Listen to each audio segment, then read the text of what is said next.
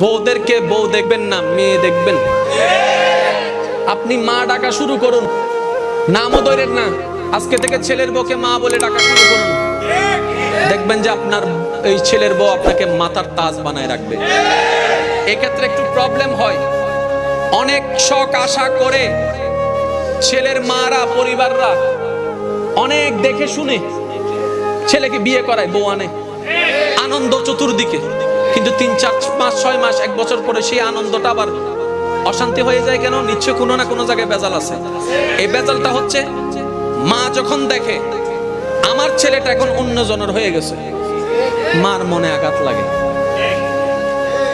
স্ত্রী যখন দেখে আমার স্বামীটা আমার শাশুড়ির পক্ষে, আঘাত লাগে। মনে রাখবেন, ছেলেটা আপনার সন্তান, ছেলেটা আপনার বউয়ের স্বামী। ছেলেদেরকে বলবো, আপনি যখন মার কাছে যাবেন সন্তান হিসেবে যান, পরিপূর্ণ সন্তান। আপনি যখন বউয়ের সামনে যাবেন পরিপূর্ণ স্বামী হিসেবে যান। স্বামী আলাদা, সন্তান আলাদা, আমরা দুইটাকে মিশাই ফেলি বলে সংসারে অশান্তি লাগে।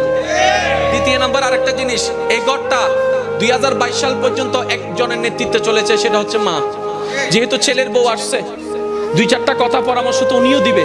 এক পর্যায়ে যখন আমার শাশুড়ি মারা দেখে যে শুধু ছেলের বউদের কথাগুলোকে গুরুত্ব দেওয়া হচ্ছে, হয়তো কোনো কথায় আমার কথা গুরুত্ব দেওয়া হয় নাই, ওনাদের মনে আঘাত লাগে, সেজন্য ঝামেলা এটা লাগে। সেজন্য আমার বোনদেরকে বলবো, আপনি আপনার শাশুড়ি যতদিন বেঁচে থাকবে আপনি বলবেন যে আমার সময় টাকা কামাক কিংবা না কামাক, ঘর যে চালাবো চলক, এই ঘরে আমার মা যতদিন আছে আমার মায় থাকবে রানী, আমার মা থাকবে রানী, আমার মা থাকবে রানী।